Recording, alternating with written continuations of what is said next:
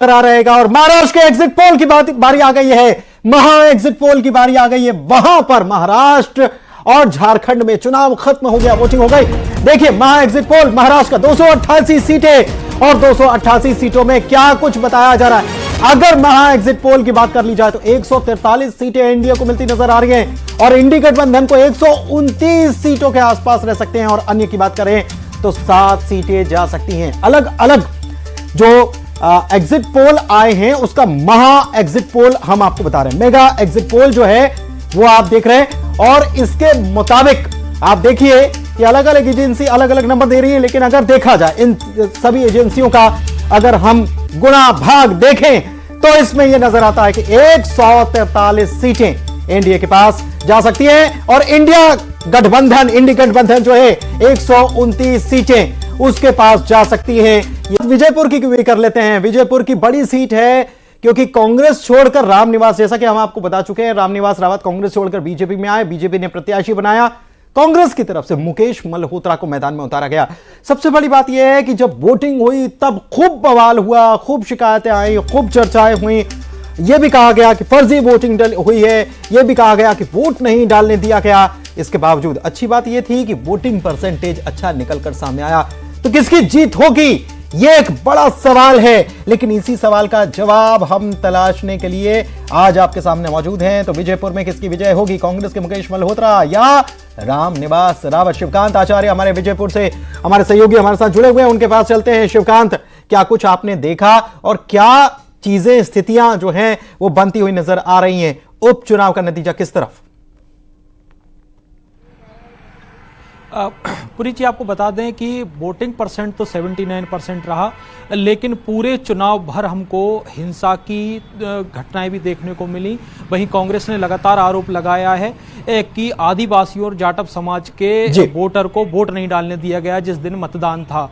और ये वोटर मुख्यतः कांग्रेस के फेवर के माने जाते हैं जो मुकेश मल्होत्रा को वोट करते, लेकिन वो लगातार कांग्रेस का आरोप है कि उनको वोट डालने से रोका गया। वहीं उनके सामने मुकेश मल्होत्रा वो थे जो पहले तो बीजेपी के मेंबर रहे हैं, लेकिन पिछला चुनाव निर्दलीय चुनाव लड़कर भी 45,000 वोट उन्होंने पाए थे। उनके सामने है कांग्रेस के ही पूर्व कद्दावर नेता रामनिवास रावत जो 6 बार के लगातार के विधायक रहे हैं और उनका वो गढ़ माना जाता है। तो कांटे की टक्कर है दोनों प्रत्याशियों में और कांग्रेस का दावा भी है कि हम विजयपुर सीट को 100% जीत रहे हैं और वहीं बुधनी में जो है अप्रत्याशित परिणाम आएंगे। लेकिन देखने वाली बात होगी कि जब 23 तारीख को परिणाम आता है तो क्या रिजल्ट निकलता है। लेकिन आप कह रहे हैं कि 6 बार से चुने जाते रहे, तो विजयपुर में अनुमान क्या लगाया जा रहा है? पुनीत, अनुमान यही लगाया जा रहा है कि आगे अगर कद्दावर नेता के तौर पर देखा जाए तो रामनिवास रावत कहीं ना कहीं थोड़े बहुत आगे दिख रहे हैं और कांग्रेस कहीं बैकफुट पर से इसी आधार पर नजर आ रही है कि उनका कहना है कि हमारे वोटर को वोट नहीं डालने दिया गया, यानी मनोवैज्ञानिक तरीके से वो पहले से इस चीज के लिए ठीक है। सत्यप्रकाश जी के पास चलते हैं। रिपोर्टर्स के पोल पे अनुमान की बीजेपी यहां से जीत सकती है। विजयपुर बड़ी टफ सीट है और बड़ा कड़ा मुकाबला देखने को मिला। सत्यप्रकाश जी, क्या कुछ आपका नजरिया इस पर? मध्य प्रदेश छत्तीसगढ़ की तीनों बाईपोल वाली सीट्स में सबसे हॉट सीट या यूं कहें कि सबसे ज्यादा इंटरेस्टिंग सीट कोई रही है तो विजयपुर रही है। उसके पीछे कारण है कि वहां से वो नेता बीजेपी से चुनाव लड़ रहे थे जो पहले कभी कांग्रेस में थे और वो कांग्रेस के कद्दावर नेता थे, क्योंकि वो 93 से लगातार चुनाव लड़ते रहे। केवल 98 और 2018 में के इलेक्शंस को छोड़ दिया जाए उन्होंने हर बार जीत दर्ज की। इसके पीछे एक चीज बड़ा अच्छा चीज देखिए, जैसा कि शिवकांत जी बोल रहे हैं, मैं शिवकांत जी की बात को आगे ले जाता हूं। आपने देखा होगा कि जब कांग्रेस मध्य प्रदेश में 40 सीट से भी नीचे जाती थी तब भी रामनिवास रावत वहां जीत दर्ज करते थे। तो कहा यह जा सकता है कि कांग्रेस के प्रति मध्य प्रदेश का रुख भले ही जनता का नीचे रहा हो, लेकिन रामनिवास रावत की दबदबा कायम है, उनका दबदबा जो है अपनी सीट पर बरकरार है। अगर आप ये कहें तो ठीक है, मैं आपके पास आऊंगा, लेकिन बुधनी की हम बात करेंगे। बुधनी की भी बात कर लेते हैं, समय थोड़ा सा कम है सर। बुधनी की भी बात कर लें। बीजेपी ने अपने पूर्व सांसद रमाकांत भार्गव को मैदान में उतारा, कांग्रेस ने राजकुमार पटेल पर दांव चला और वहां पर क्या अनुमान जताया जा रहा है? ये भी जान लेते हैं। देखिए यहां पर बीजेपी की जीत का अनुमान है, सिलसिला बरकरार रह सकता है। रमाकांत भार्गव की जीत का अनुमान है। प्रदीप हमारे सहयोगी हमारे साथ जुड़े हुए हैं। प्रदीप, क्या कुछ अनुमान?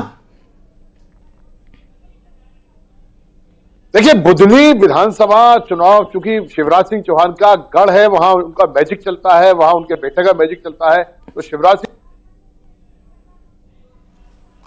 चुनाव में 1,00,000 की जो लीड ली, कांग्रेस के तमाम प्रयासों के बाद भी ऐसा अभी अनुमान लगाया जा रहा है कि वो लीड कवर करने में दिक्कत आई। इसलिए उम्मीद अभी लगाई जा रही है कि भारतीय जनता पार्टी के प्रत्याशी रमाकांत भार्गव मिनिमम अंतर यानी 20,000 के अंतर से जीतने की कयास यहां लगाई जा रही है। मतलब अंतर कम हो जाएगा, आप ये कह रहे हैं अंतर कम हो जाएगा, लेकिन बुधनी में बीजेपी की जीत का अनुमान जो है वो तो यहां पर नजर आ रहा है, क्योंकि शिवराज सिंह चौहान जो है उनका जादू जो है वो यहां पर चलता है और रमाकांत भार्गव को टिकट दिया तो उनकी जीत का अनुमान लगाया जा रहा है। और सत्य प्रकाश जी के पास फिर से चलते हैं। सर, आप अपनी बात को, पुरानी वाली बात को भी पूरा कीजिए और साथ में इस पर आपका कमेंट, लेकिन शॉर्ट में सर, थोड़ा समय कम। जी देखिए पुनीत जी, मैंने ये कहा कि रामनिवास रावत के लिए बीजापुर में पार्टी महत्वपूर्ण नहीं रही, उनका पर्सनल कनेक्ट जो जनता से है वो कहीं ना कहीं महत्वपूर्ण रहा। इसके कारण वो लगातार चुनाव जीतते रहे और इस इलेक्शन में भी अगर बीजेपी आगे बढ़ती है तो ये उनके पीछे एक बड़ा फैक्टर है। दूसरा, बुधनी में देखिए, बुधनी बड़े लंबे समय से भारतीय जनता पार्टी का गढ़ है। साथ ही देश के कद्दावर नेता शिवराज सिंह चौहान की साख भी वहां पर दांव पर लगी है। लेकिन मध्य प्रदेश में बेहतरीन चीज है कि मुख्यमंत्री मोहन यादव की जो दौड़ है कहीं ना कहीं वो, या उनकी जो रेस है वो रुकने वाली नहीं है। ऐसा मुझे इन दोनों चुनाव के रिजल्ट में भी दिख रहा है। चाहे 29 लोकसभा चुनाव रेस रुकने वाली नहीं है। आप इशारा कर गए, आप इशारा कर गए, ठीक है, आप इशारा कर गए कि ये रेस रुकने वाली नहीं है, मतलब जीत का सिलसिला जो है वो बरकरार रहेगा। और महाराष्ट्र के एग्जिट पोल की बारी आ गई है, महा एग्जिट पोल की बारी आ गई है। वहां पर महाराष्ट्र और झारखंड में चुनाव खत्म हो गया, वोटिंग हो गई। देखिए महा एग्जिट पोल, महाराष्ट्र का 288 सीटें और 288 सीटों में क्या कुछ बताया जा रहा है। अगर महा एग्जिट पोल की बात कर ली जाए तो 143 सीटें एनडीए को मिलती नजर आ रही हैं और इंडी गठबंधन को 129 सीटों के आसपास रह सकते हैं। और अन्य की बात करें तो 7 सीटें जा सकती हैं। अलग अलग जो एग्जिट पोल आए हैं उसका महा एग्जिट पोल हम आपको बता रहे हैं। मेगा एग्जिट पोल जो है वो आप देख रहे हैं और इसके मुताबिक आप देखिए कि अलग अलग एजेंसी अलग अलग नंबर दे रही है, लेकिन अगर देखा जाए इन सभी एजेंसियों का अगर हम गुणा भाग देखें तो इसमें यह नजर आता है कि 143 सीटें एनडीए के पास जा सकती हैं और इंडी गठबंधन जो है 129 सीटें उसके पास जा सकती है। यह महा एग्जिट पोल बता रहा है और स्पेशल रिपोर्ट में फिलहाल के लिए बस इतना ही दीजिए इजाजत। नमस्कार।